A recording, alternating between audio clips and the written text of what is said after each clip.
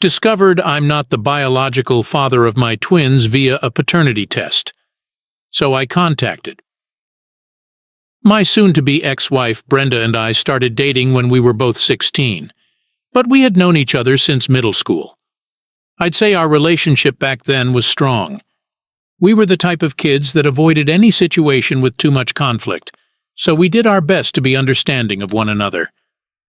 There was nothing in our 8 years of dating that stuck out to me as potential affairs. We never took breaks, and we attended the same university. If she cheated during that time, the only way I would know would be a confession. I ain't waiting for one. After graduation, we worked in the same company, but in different fields. I knew her schedule, and she knew mine. We'd even meet up whenever we had spare time for lunch. We got married in June 2008, and shortly after, my mother died in a car accident. I cut my honeymoon short to attend her funeral, and Brenda was supportive at the time. She took care of everything while I grieved. The house, the bills, therapy sessions, emotional support. She did everything. That was who I saw as my wife. Now, I have no clue who she is. I struggled with depression and nearly lost my career. If it hadn't been for my father and her, I don't think I would have recovered. I came out of it knowing my loved ones would have wanted me to be better, so I worked 3 times harder to advance in my career. I wanted to support a family my father could spoil as a grandfather. Brenda, while advancing in her career, seemed shocked at my drive. I recall her saying she didn't think she could keep up with me and that she was worried I would leave her behind. Maybe she developed an insecurity there. I was able to build enough capital to buy a good house, and we began trying for a baby in 2012. It was during this period that she cheated on me. There was no indication, no dropping sex drive, no hiding text messages, not even a single mention of new friends. I had no clues whatsoever. As far as I knew, our efforts were paying off. When my twins were born, I had everything I dreamed of: a loving wife, children to adore, and my father's chance to spoil them. He was so happy and loved them with all his heart. He passed away only 2 years ago, practically thanking me with tears for being his son. I can't even imagine what would have happened had he been here to witness all this. As time went on, cracks showed in Brenda's narrative. In every argument since then, she would call the twins my twins, accuse me of flirting with co-workers, or grill me on what kind of women I preferred, even though she already knew. What seemed to be small issues to me in hindsight were red flags that pointed to her having an affair.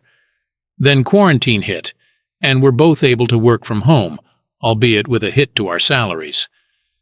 Brenda mentioned she had taken an ancestry test in the past, and I hoped to find distant relatives to connect with. I wanted to map out a complete family tree to show off to the twins and even plan a scavenger hunt around it. When I pitched the idea to Brenda, she lost it. She said it was the stupidest idea she'd ever heard and that I already had the family I wanted. She even went on about how the relatives I might find could be dangerous or criminals. Brenda was grasping at straws, trying to dissuade me from taking that test. I felt a knot in my stomach that wouldn't go away. Why was she so against finding family members, especially now that I have none left breathing? So I secretly had my twins and me take the test and took them for treats afterward to buy their silence.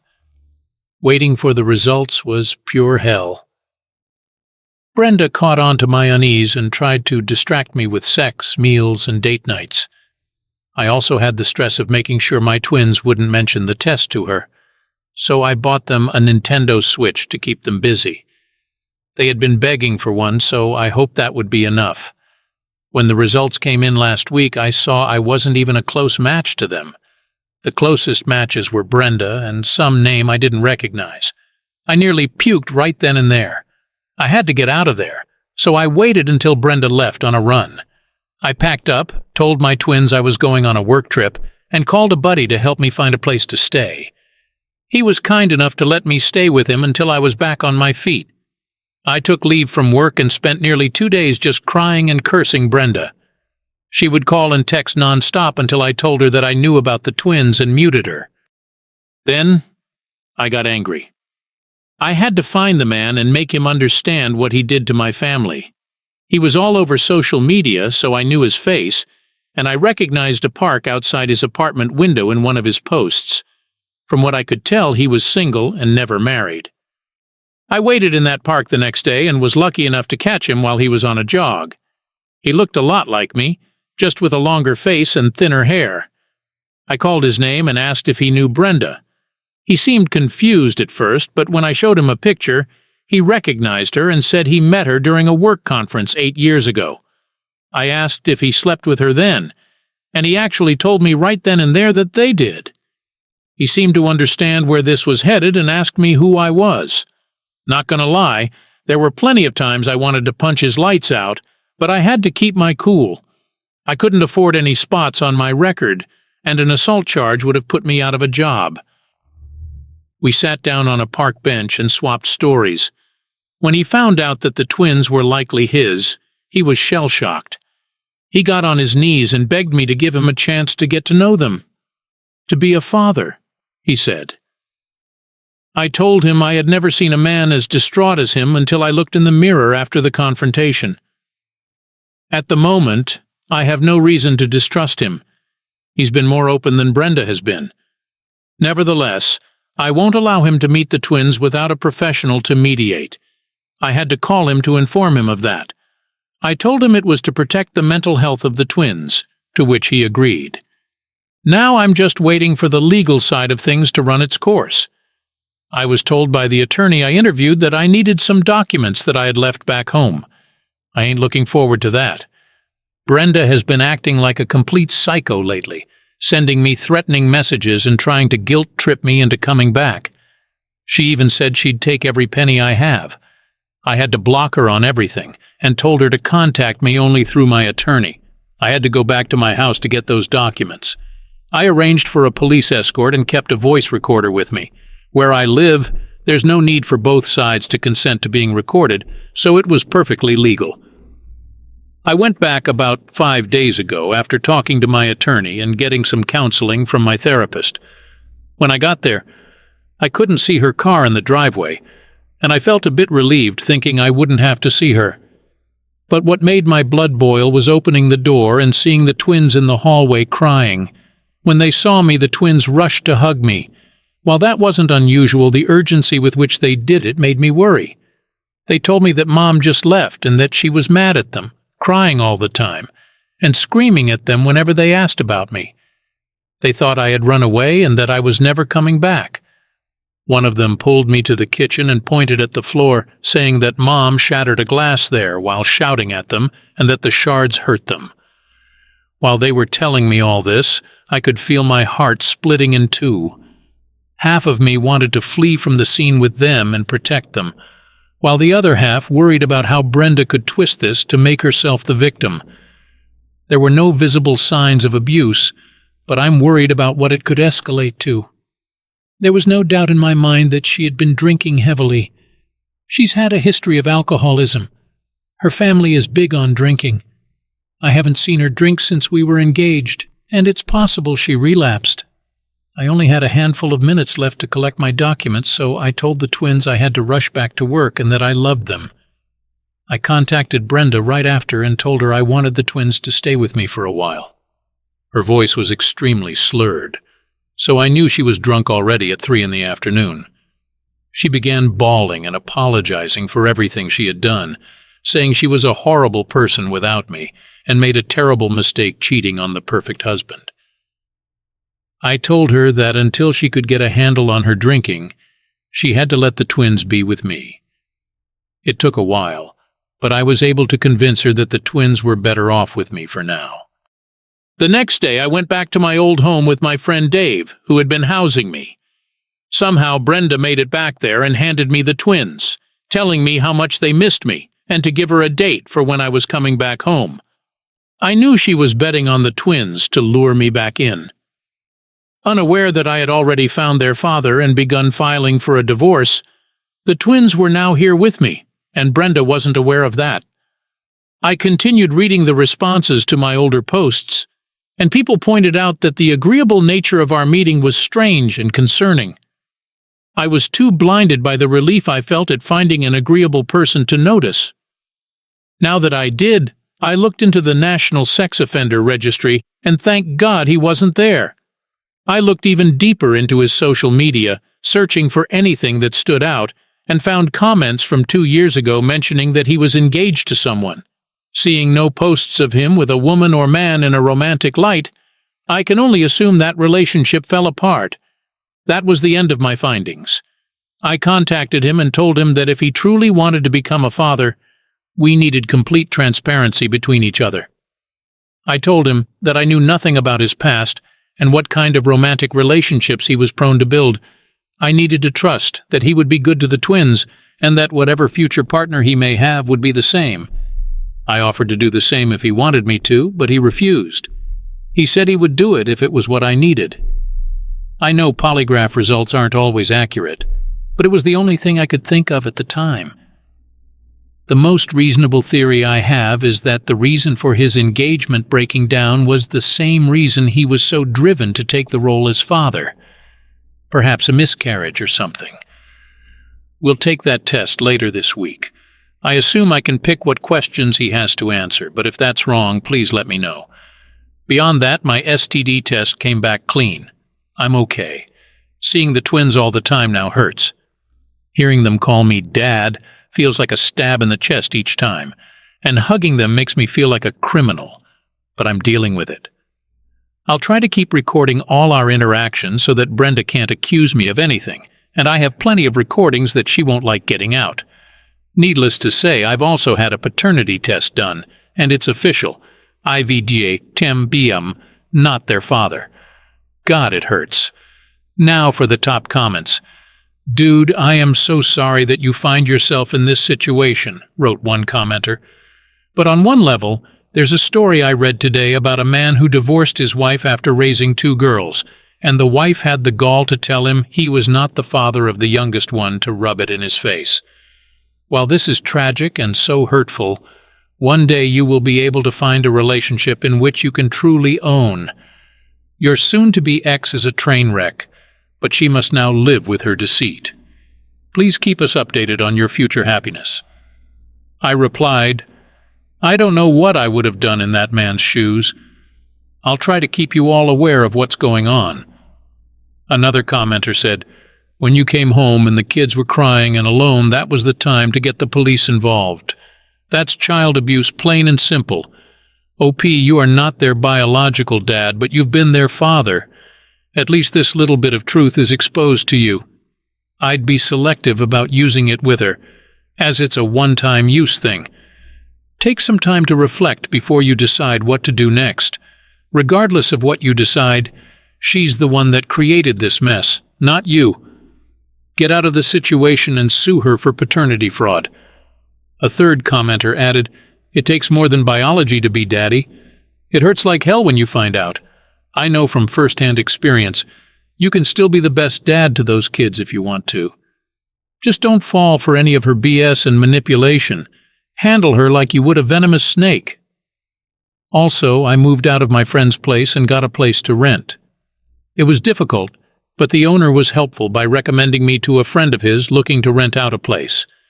I felt that it would be safer for the twins to have their own room, and I was tired of sleeping on a couch. The polygraph was insightful.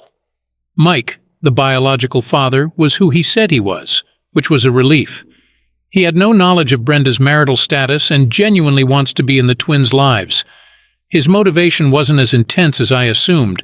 He just really wanted to be a dad, and none of his previous relationships worked out. I had heard from Brenda VGA-TMM's sister that she was checked into a rehab center and began the process of recovery. At least it would make serving her papers a lot simpler. However, the main issue was the fact that the twins definitely overheard that IVDJ-TMDM not their father during their time with their mother. I knew they were acting strange since I took them with me. They clung to me far more intensely than normal, asking me worrying questions like if they were adopted or whether I was going to run away again. I had chalked it up to what they had gone through while they were with their mother due to how difficult it was to get them to talk about it. They would just ask the question and run away once I answered, only to return and demand I let them sit on my lap to watch me work or to play with them. I would try discussing what their feelings were like, only for them to shut down and then flee. At that point, I had set up an appointment for a therapist to see them. I guess at some point they couldn't handle it, and one of them came to me sobbing while I was asleep and just hugged me. Jess, the one who clung to me the most during this period, concerned me. Even before that point, she was the type who disliked physical contact with a passion. Words were flying out of her mouth, but they were too fast and out of order for me to understand. It took an hour before I even got her to calm down enough to be understandable, and even then, it was up to me to make it make sense. JTM's the gist of it. None of these are actual statements, and a lot of it is from my observation, assumptions, and piecing together broken statements. During my absence, their mother took to heavily drinking at night and would be inexplicably absent. She's the kind of drunk who talks loud, and that was when Jess went down to watch her. If I was correct in my assumption, this was around the time I texted Brenda that I knew the twins weren't mine, and she must have gone ballistic. Jess told me that their mother was yelling that I should have been able to love them as if they were mine and not to run away. So, me coming back must have made them think all of that wasn't true. My behavior during their time with me, however, must have made them concerned. They noticed the drop in my gestures of affection. They wanted more hugs, more lap-sitting, more piggyback rides, and so on. But I simply couldn't do it as much as I used to. I try, I really do, but I can't stop feeling like I shouldn't do those things. I've talked to my therapist about it, and she's told me that's common for men struggling with paternity. Only time will tell what I can and can't do. My original plan of breaking it to them slowly with a professional at the ready is completely in the gutter now. I'm playing cleanup. They have had their first in-person therapy session about 3 days ago and 2 online sessions before that. So far, no mention of me not being the father has been brought up. We've mostly been focusing on what they had seen and how that made them feel. I can't go into much detail here. The post would go on for too long.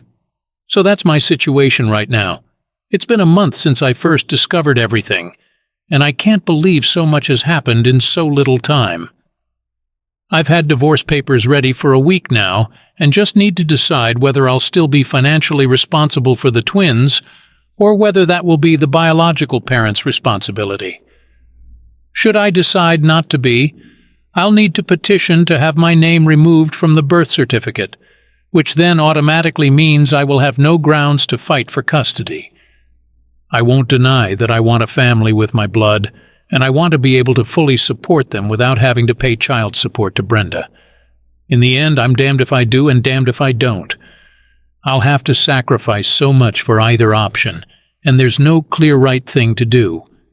I must either sacrifice a chance to have children of my own, or sacrifice the twins that I've raised and loved for 8 years. Most of you must be baffled by this, but it's actually suffocating for me. Each passing second is like a noose that gets tighter and tighter. One commenter said, "Some people here seem to be pretty naive.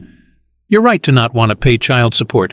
Trust me, most women are not looking to get hitched and start a family with a man who is paying child support for 2 kids, let alone kids that aren't his. Oh, by the way, paying alimony to an ex-wife who defrauded him about the paternity of those kids. Do whatever you need to do to get that woman completely off your back and out of your life. Your desire to have biological children is completely legitimate. Do what you need to do to facilitate that goal becoming a reality." I had heard from Brenda TM's sister that she was checked into a rehab center and began the process of recovery. At least it would make serving her papers a lot simpler.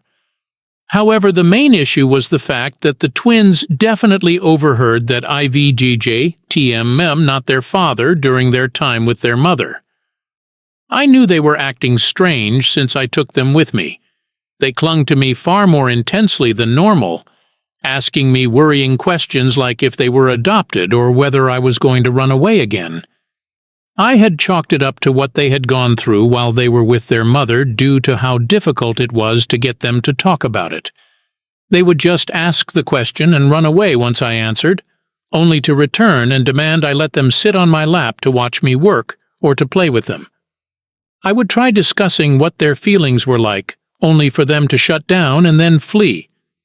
At that point, I had set up an appointment for a therapist to see them.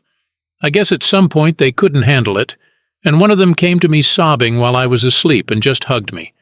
Jess, the one who clung to me the most during this period, concerned me. Even before that point, she was the type who disliked physical contact with a passion. Words were flying out of her mouth, but they were too fast and out of order for me to understand. It took an hour before I even got her to calm down enough to be understandable, and even then it was up to me to make it make sense. Harev DJ TM's the gist of it. None of these are actual statements, and a lot of it is from my observation, assumptions, and piecing together broken statements. During my absence, their mother took to heavily drinking at night and would be inexplicably absent. She's the kind of drunk who talks loud, and that was when Jess went down to watch her. If I was correct in my assumption, this was around the time I texted Brenda that I knew the twins weren't mine, and she must have gone ballistic. Jess told me that their mother was yelling that I should have been able to love them, as if they were mine and not to run away. So, me coming back must have made them think all of that wasn't true. My behavior during their time with me, however, must have made them concerned. They noticed the drop in my gestures of affection. They wanted more hugs, more lap-sitting, more piggyback rides, and so on, but I simply couldn't do it as much as I used to. I try, I really do, but I can't stop feeling like I shouldn't do those things.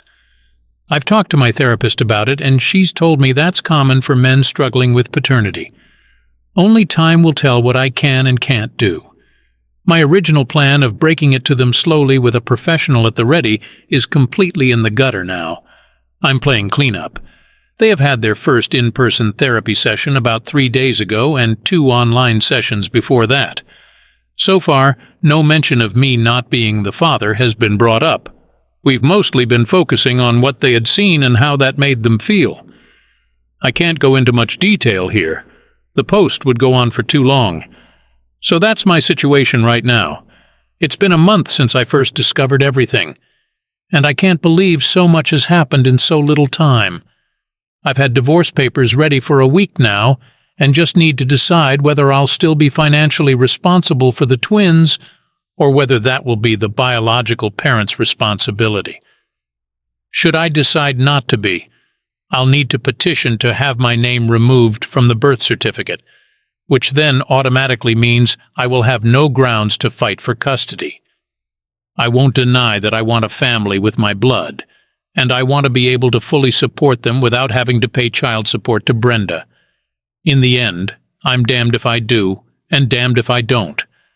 I'll have to sacrifice so much for either option, and there's no clear right thing to do. I must either sacrifice a chance to have children of my own or sacrifice the twins that I've raised and loved for 8 years. Most of you must be baffled by this, but it's actually suffocating for me. Each passing second is like a noose that gets tighter and tighter. One commenter said, "Some people here seem to be pretty naive. You're right to not want to pay child support. Trust me, most women are not looking to get hitched and start a family with a man who is paying child support for 2 kids, let alone kids that aren't his. Oh, by the way, paying alimony to an ex-wife who defrauded him about the paternity of those kids. Do whatever you need to do to get that woman completely off your back and out of your life. Your desire to have biological children is completely legitimate. Do what you need to do to facilitate that goal becoming a reality." I've been doing much better mentally. I have continued to sketch and draw whenever I'm alone so that I don't let my mind wander too much. I've also rekindled my childhood love for gaming. I bought myself a PS4 2 weeks ago. PS5s are nowhere to be found these days, and have been enjoying it ever since. The twins and I play together when we can, and it's helped ease the pain I felt when interacting with them. But it's clear every single one of us has been traumatized by Brenda's actions. I've been putting off any decisions about custody, at least until my therapist and I have the utmost confidence in my emotional stability. If there are any questions, I will be happy to answer what I can. One commenter said, "Dude, I admire you. For your girls, you are the father. Don't forget you are the father, No other man will do what you did. If not you, love them like a father." I replied, "Thank you. I'm doing my best to do right by the twins and myself." Another commenter added, "Her treatment of the kids during this and her not asking about them in your last call is disturbing. Seems like she sees it as being their fault. Sad." I responded, "Yeah, I used to think the world of her. Now I can't recognize the person she's become." A third commenter said, "I'm so impressed with the way you have handled this most excruciatingly painful event a man could ever experience. After reading the painful details from your now dead marriage, I think that I'm going to finally spend the money and get an at-home paternity test myself. I've been talking myself out of it for months, but fear of the results is not a valid excuse. Thank you for sharing your strength. Godspeed, friend." I advised, "Don't make the same mistake I did in telling my wife about the test. Regardless of what you discover, I'm here if you need me." In the midst of all this, I've also been preparing for the possibility that Brenda might try to take drastic measures.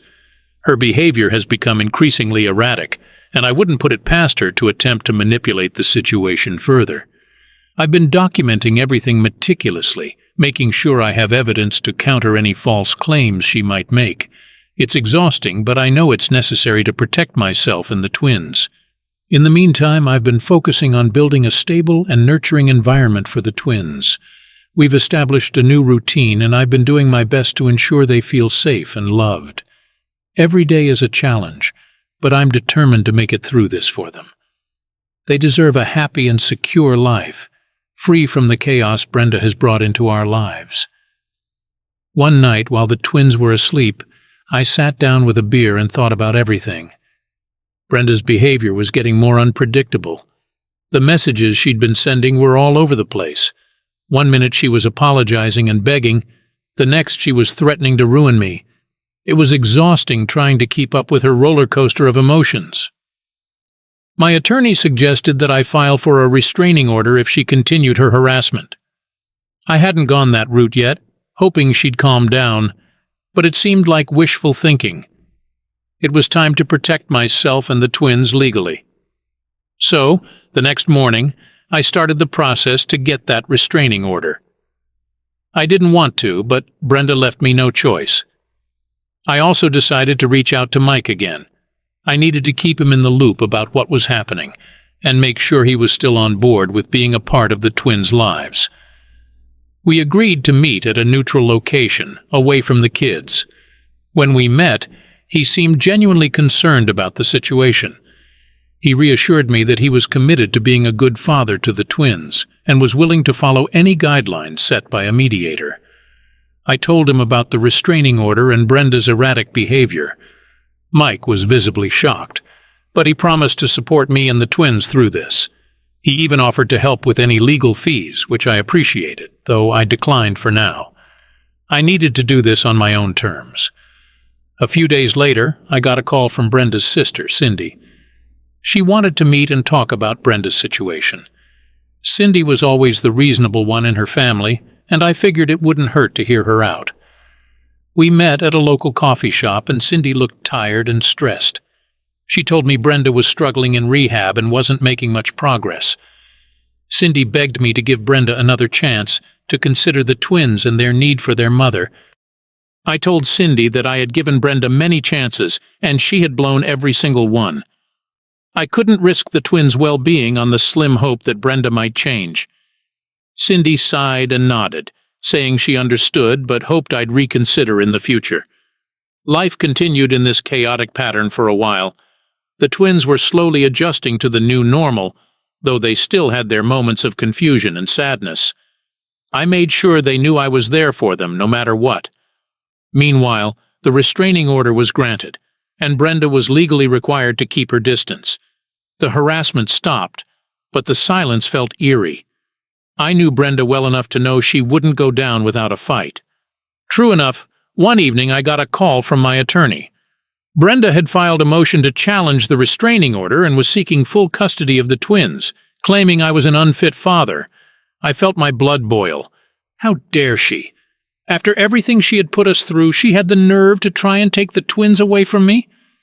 I knew this was going to be a tough battle, but I was ready to fight with everything I had. For the sake of the twins, I couldn't let Brenda win. They deserved better, and I was going to make sure they got it. I sat down, took a deep breath, and started preparing for the next phase of this exhausting, heartbreaking journey. The court date came faster than I expected. I was nervous as hell, but I had prepared for this. I had all the documents, recordings, and evidence needed to show that Brenda was unfit to have custody. My attorney had coached me on what to say and how to present my case. Brenda showed up with her lawyer, looking defiant. She tried to paint herself as a victim and a loving mother who was unjustly kept away from her children. Her lawyer argued that I was manipulating the situation to keep the twins from her and that I was unfit to be their father because of my vindictive nature. But I had my own story to tell. I spoke about how Brenda had been drinking heavily, her erratic behavior, and how she had emotionally and mentally abandoned the twins. I presented the recordings of her drunken rants, the messages she sent me, and the testimony from their therapist. I also had statements from friends and family who had witnessed Brenda's behavior firsthand. Mike testified as well, expressing his desire to be a part of the twins' lives and confirming that he had no idea Brenda was married when they had their affair. He assured the court that he wanted what was best for the twins and was willing to follow any guidelines set by the court. The judge took everything into consideration, and after what felt like an eternity, he made his decision. Brenda was granted supervised visitation rights, but I was given full custody of the twins. The judge acknowledged the trauma Brenda had caused and emphasized the need for a stable environment for the children. Brenda was furious. She stormed out of the courtroom, throwing curses my way.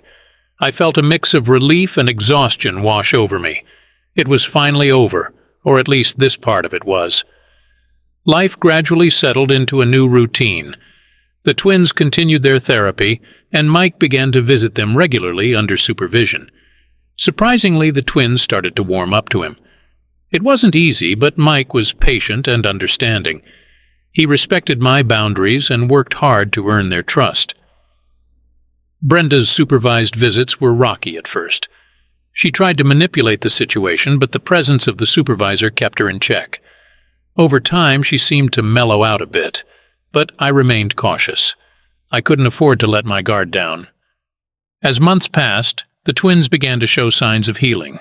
They laughed more, played more, and seemed to be adjusting to the new normal. I continued to focus on my career and being the best father I could be. I even started dating again, though I took it slow, making sure to prioritize the twins' well-being. One evening, as we sat down for dinner, Jess looked up at me and said, "Dad, I'm glad you're here with us. I love you." Those words hit me hard. All the pain, all the struggles felt worth it in that moment. I knew we still had a long way to go, but we were moving forward. In the end, Brenda's actions had shattered the life we once had, but it also opened the door for a new beginning. I had found strength I didn't know I had, and the bond with my twins had grown even stronger. We had been through hell, but we came out the other side, ready to face whatever came next, together.